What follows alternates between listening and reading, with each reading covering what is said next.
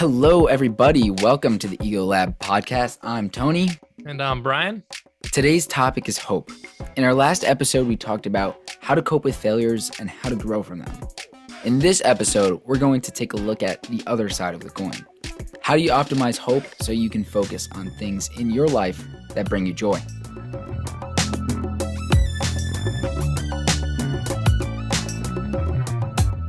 All right, Tony, let's kick it off with a short quote.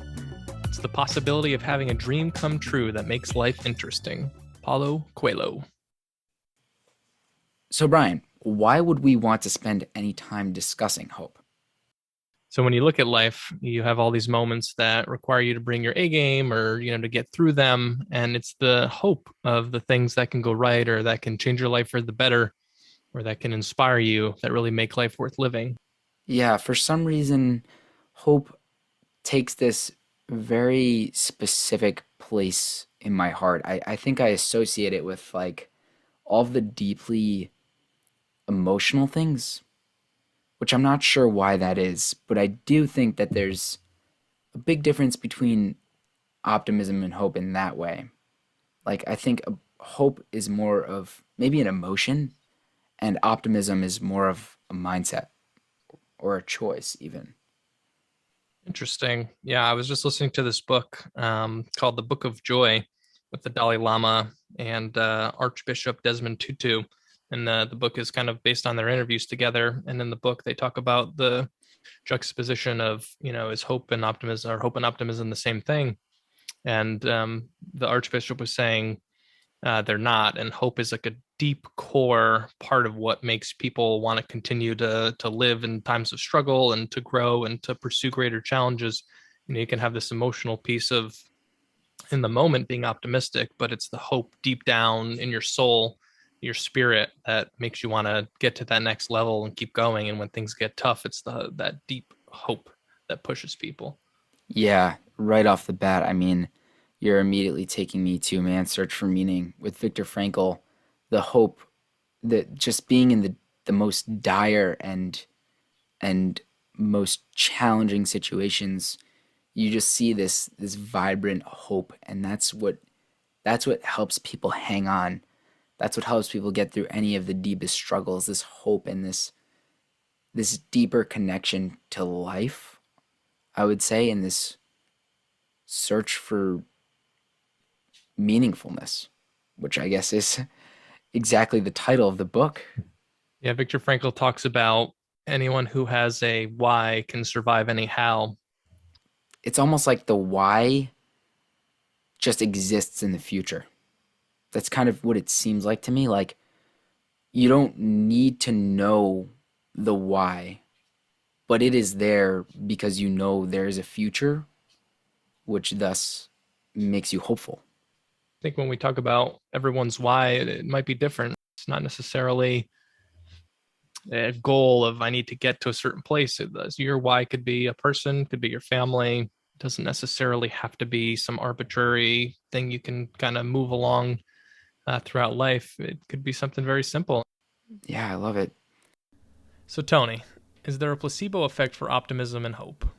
And do you think believing you're going to do better actually makes you do better? I absolutely think there is a placebo effect for optimism and hope. I've heard a couple of great anecdotes about this. There's just one story about a kid, and he's failing miserably throughout his high school career. And eventually it comes around college time, and he has to take this SAT test. And so he goes in and he gets the letter in the mail, and he got a great score, even though he was just a terrible student. And so his mother asked him, "Did you cheat?" "No, I swear. I tried to cheat. I couldn't see over the Scantron. It didn't make sense. I didn't cheat, I swear." So the kid starts thinking he got this 1480, and he goes on, he starts showing up to class in college.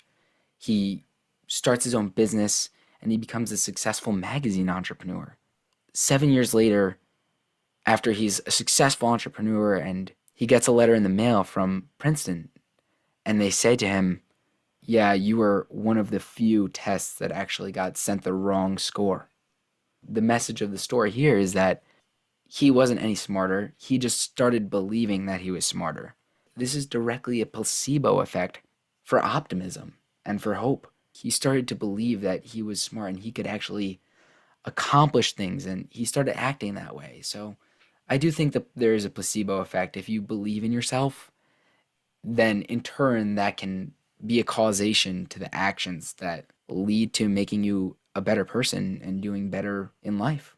For sure. Yeah, I love that story. There's so many good messages in there. I actually had a similar experience senior year. I started to do a little bit better in high school, and I was like, maybe, I'm better than the B or C student I've been. Maybe I have potential to be an A student if I put my mind to it. The first day I walked onto my college campus, and I just had this experience of, wow, these next 4 years, like it's time to turn it up. Let's see what I can do. I believe in myself. I'm going to make this a different experience, and maybe I'm not a straight A student, but I'm going to do my best. And I came pretty close to achieving that. It can happen to you by accident, or you can make the conscious decision that I'm going to select a thought pattern and I'm going to stick with that and I'm going to try to bring that into reality. Maybe I haven't been a certain person in the past, but now I am. I'm making this decision. And yeah, that can certainly give you hope.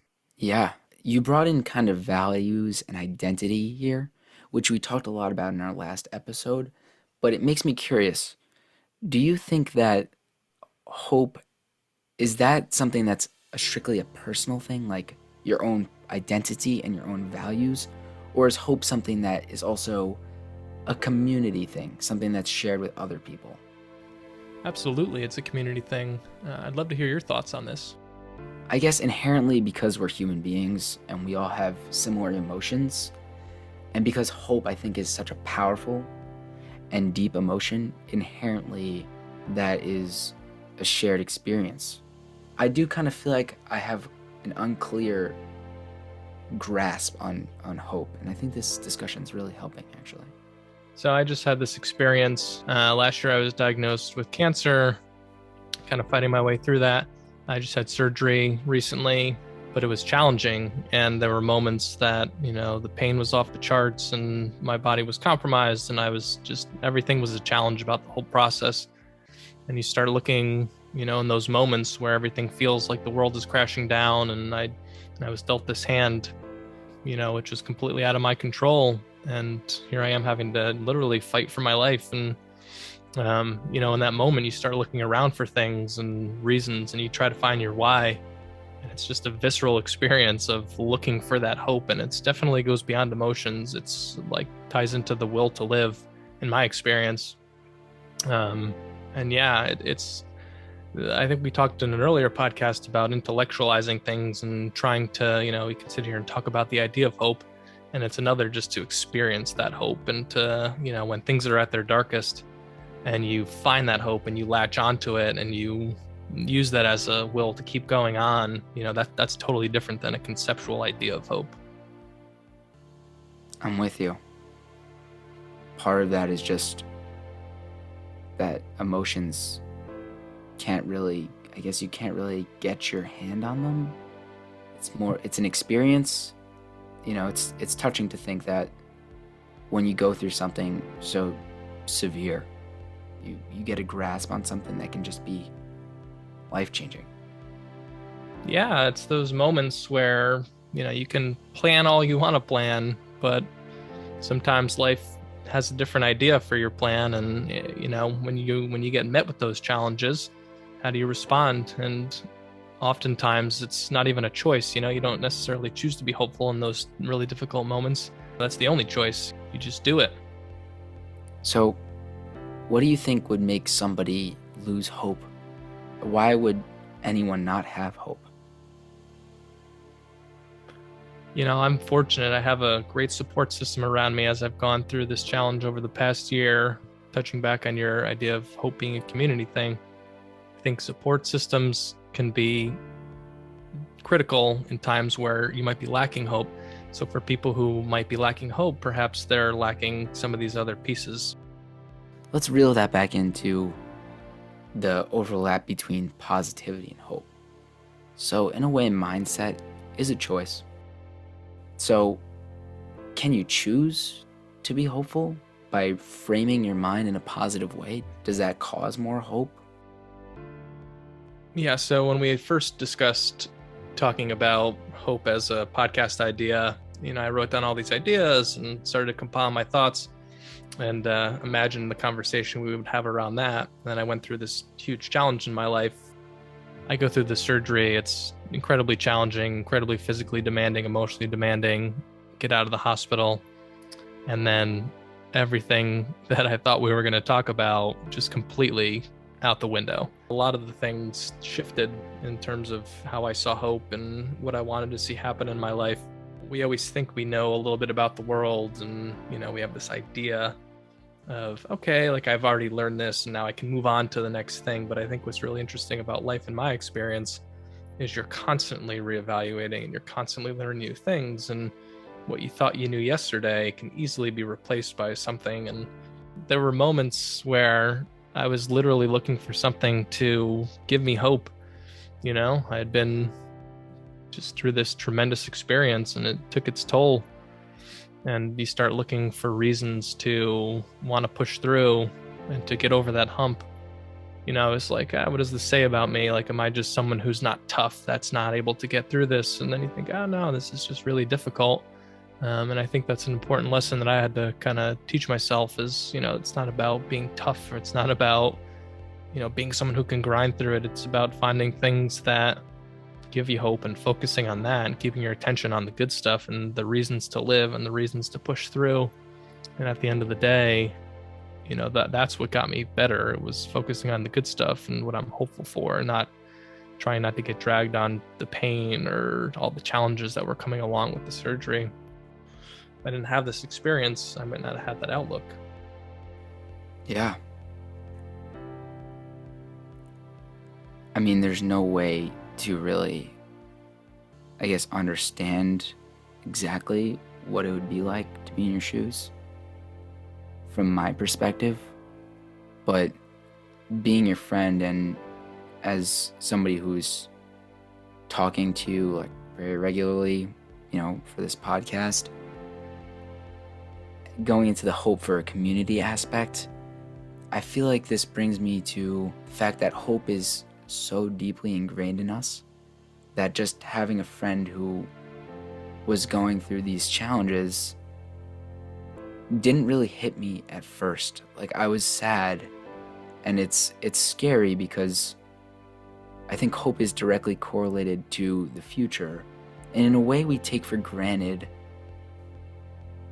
the fact that people can, that there's impermanence, that like we kind of expect people to be there in the future, and that's the hopefulness that we have.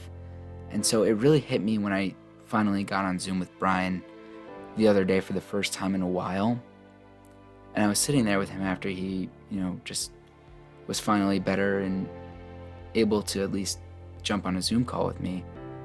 And I realized that like every moment that you enjoy with somebody, there's that hope that you're going to be able to do that again. Like I think that's in the nature of relationships, that like we're hopeful every time we, like deep inside of us, we're hopeful every time that we see somebody that we're going to be able to have a similar interaction with that person again. Like your family, you're hopeful that when you go to work every day, you come back to them there. And I think a lot of this might just stem from the fact that we're mortal. And that was really just served to me on a platter when I finally was able to jump on Zoom again with Brian. And we'd been meeting regularly for long periods of time. And I'm like, that might not actually, that's not always going to be there. Like, you're not always 100% sure. I think that's where like the core of that hopefulness comes from in life. And that goes for everything. Yeah, I mean, thank you for sharing all that. That's yeah, I think we both had a nice exchange there of feeling like an overwhelming feeling of joy, just reconnecting after what had been about a month of, not really touching base through more than just text. But yeah, it's funny when you talk about like the community and having people, and I don't know how people get through challenges without incredible support systems. And I'm just so fortunate, and what it's actually done for me has kind of galvanized me to find a way to give back. And, for the people that maybe don't have hope and are having a hard time finding it, going and volunteering and doing things like that. I'm not in a place at this moment where I can get out and do it at this second, but hopefully in a month or two, I can find a way to get out there and try to connect with people. And even if I'm their only community for half hour at a time, it's a goal of mine to recommit to just being there for people and providing them even a sliver of hope and a reason, maybe a tiny reason to keep going in the face of challenge. Bringing it back here, tying it all together with that question, why would anyone not have hope? I think we kind of answered that, is that hope actually is very dependent on the people in your life. And it's that community that is around you and all of the little pieces, the puzzle pieces that put together your life. I think inherently you just hope that they will be there in the future. And so, in a way, I think that's kind of why maybe somebody wouldn't have hope, is maybe they don't have those deeper connections with people around them, that community. Like you said, that support system. That was one of the things that gave you hope in through this challenge of going through these surgeries and cancer. And so, my question, kind of going off of that, is can we use positivity to cultivate hope? Yeah, I think the hard part here, right, is like if we see this as 0 to 100, I have zero hope, or, I'm full of hope and hope abounds, and I'm at the other side of the scale. The question isn't so much what do you do at the 50 and above, it's what do you do when you're below that threshold and you're struggling. And I think there's probably a lot of ways to cultivate that hope with community. It doesn't necessarily need to be, what you might think of tradition as family and friends. For me personally, I've done coaching in the past, and I'm a teacher, so getting back to that community and where people, we all support each other and we have a great community there, like that's another piece, right? And there's a lot of me that wanted to get back to being that type of person. So maybe you do some things in your life that are outside of, maybe your work isn't like that. Maybe you have other things that you can do where you're involved in like a rec team, you play, volleyball at the rec center, something like that. You have other communities and you find other ways of building bridges. You're in a book club, simple things like that. If it's not inherent and you're not someone who's blessed to have certain things, perhaps you find ways to cultivate those communities and you find ways to build those frameworks. Mhm. Something like that could be really helpful. I think, yeah, community is definitely a part of having that hope. But looking at the overlap of positivity and hope, I mean, I can see how if you feel like you don't have a community, you can feel lonely and you can feel hopeless. You can feel hopeless if you don't feel recognized, if you don't feel supported, if you feel diminished, then what you have control over may not be that emotion of hope, but your attitude is something that you can always change. And so I'm wondering, in what ways can positivity start to build those bridges? And maybe what would be an example of how shifting to a positive mindset can start building in the right direction? I'd love to hear some of your thoughts on this one. I think if somebody is at the point where they feel hopeless, it's probably because they lack a support system, I would say, because we've kind of identified hope as this community and this forward looking hopefulness for the people in your life and I guess the pieces in your life. You kind of extrapolated on that by saying that it could be any form and any kind of different little group or community sports team or book club, but generally it goes to having some sort of people in your life that you can kind of be hopeful for. And I think if you're somebody who is hopeless, that can be attributed maybe to not feeling like you have that support system, which makes it even harder to get into that positive mindset. So I think the best way to cultivate a positive mindset in order to cultivate that hope would be to seek solitude and I guess create your own community in a sense. Maybe choose what you're digesting, your intellectual habits.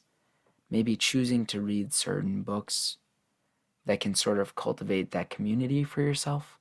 Even though you won't have those direct connections, I think maybe you could start to build a more positive mindset and start moving in the right direction where you can, I guess, get that self esteem and move towards building some connections and separating yourself if you're in a situation where you maybe don't have healthy relationships.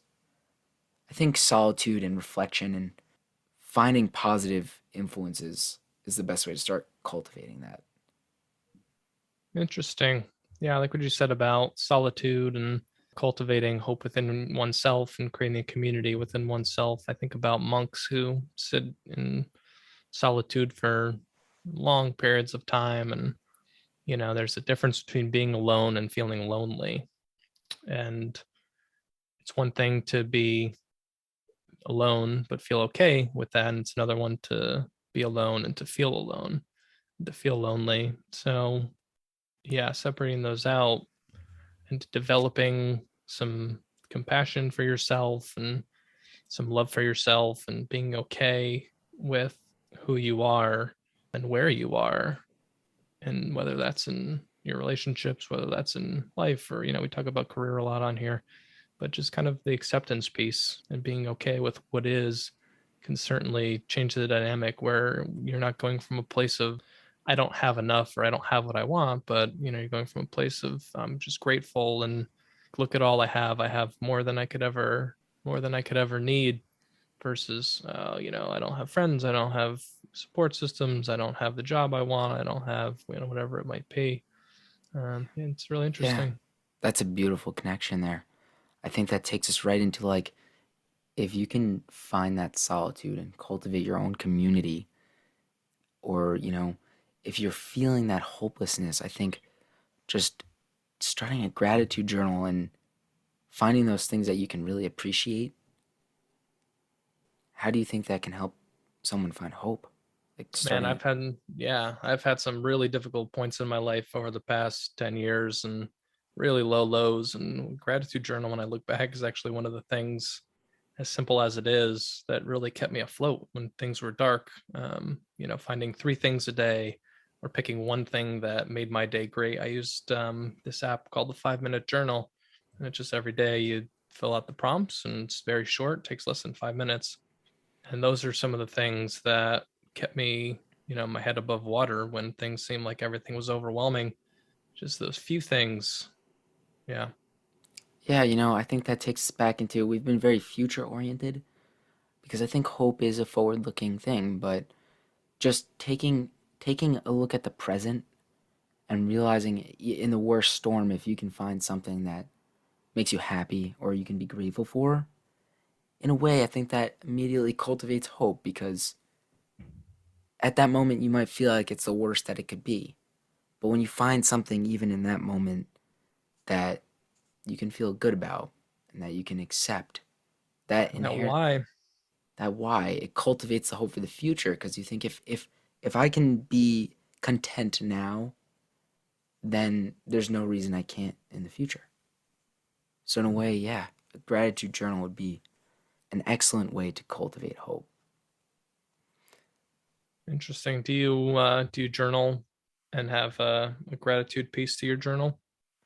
I do. I do journal. I think I don't consistently have a gratitude journal, but I have made it a regular practice to just be grateful in my everyday life. I think more and more I think it's a positive feedback loop. The more I'm grateful for the people around me, I think it creates like a positive synergy, and the more positive the relationship, I think the more grateful you become. And I think the more grateful I become, like the happier I am and the more grateful I am. It's a positive feedback loop of which hopefully creates a ripple effect. So let's jump into a quick question for the audience. Yeah, for the listeners, what are some tools in your toolbox that bring you to a place of hope, gratitude, and optimism?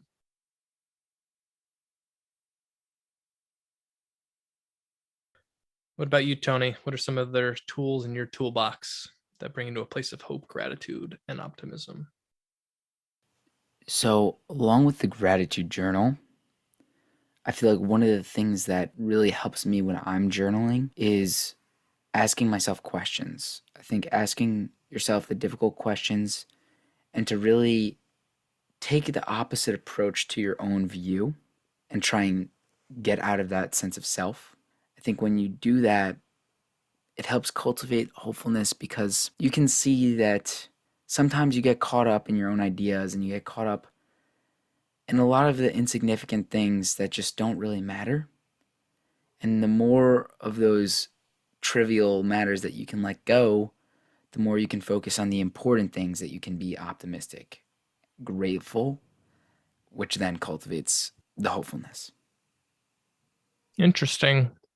So, are there any tools that you like to use for that? Any specific programs or meditation or anything like that? I think just questioning everything. I think that's really, and that can be difficult to do. I think finding the right questions is critical. We do have reflective questions on the Ego Lab website where you can go through there and find some of the hard questions that you can ask yourself to kind of just give yourself that paradigm shift or just set yourself up for a new framework, which I think is the bottom line. If you can change the framework, then you can cultivate the attitude and the hopefulness that you need. Yeah, there's a really interesting concept of, what makes your reality come to life. And you have these thoughts, and your thoughts become patterns that you continually act out in the world. And then those patterns that you act out in the world become your habits. And those habits kind of reinforce back to the original, the loop of, oh, this is who I am. And you start telling yourself those stories in that pattern. So putting something, like you said, in the middle of that loop just to break it up so you're not just continually telling yourself stories that become habits and circle around, that could be a really effective tool. Yeah, I like the focus on tools, which makes me question, do you think that some people are just naturally born as just like super optimistic, super grateful, and some people are just born to be sad and less hopeful and more depressed? What do you think is the balance there? And does everybody learn to be hopeful? What do you think? I think that there's probably some threshold of what people are capable of doing, right? We're all built different biologically. We all have different upbringings. We all have different surroundings and factors and supports that come into play here. So I think there's some limiting factors and some factors that can open this up for people. There's some levers you can pull and some you can't. You can't control what you did from your 0 to 20, but you can maybe control the next year of your life. So I think it's probably true that there's some physiological components. You mentioned depression, right? There's a whole lot of science out there that suggests there's a biological component to that. I would think that there's tools you can use in that space. I know you've got some ideas on this. I'd love to hear. Yeah, so I recently read this book, great book, The Happiness Hypothesis by Jonathan Haidt. And he goes into this and he basically says that your happiness and your outlook is to some extent predetermined, almost like a thermostat, and that everybody has a biological range that they're within. So maybe your set point is like 56 degrees, which then you would be a very or more sad person, but your range could maybe go up to 75 degrees. So by choosing to do these things like meditation and gratitude journals and reflectiveness and creating the right environment for yourself, all the things that you can control, you can get to the top end of that range, maybe at 74 degrees. And then some people maybe have a higher range at naturally just determined by genetics. And maybe the lower end of their range is like 70 degrees and it goes up to 82. So that's kind of the example that Jonathan Haidt brings up in this book, which I think is a very interesting one and I think it makes a lot of sense. think there's a lot of value in that and the idea of there being a range to this because you could easily get stuck in saying, I'm just the type of person who's a 56 on the happiness thermostat. When in reality, once you start to open up the idea that you could be someone who can be 20 degrees, warmer or jolly or whatever Jonathan's trying to, use that analogy to come across with, that is the game changer is that, okay, now there's some levers to pull, there's some ways to modify that and to make me a happier person or the person that I'd like to see become. Absolutely. And I think one of the amazing things that he brings up in this book is that your attitude can actually impact your brain so much that it can affect the serotonin receptors in your mind, and you can actually damage them with a negative outlook.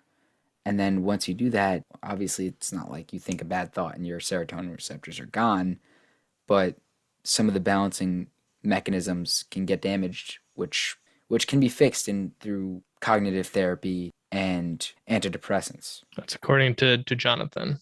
according to Jonathan, of course. Yeah. I don't claim any of this to be fact, but this is his hypothesis. Interesting. I do think it's interesting that some studies show, I mean, of course, always hesitant to make any sort of definitive claim, but your mindset absolutely does affect your general level of happiness. And I think that's kind of the interesting thing here. So we talked about some of the tools to cultivate optimism and how communities cultivate hope.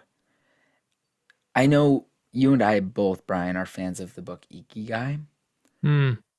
and so I'm wondering, do optimistic people live longer? So, one of the greatest predictors of longevity in life is just being part of communities and being connected to others.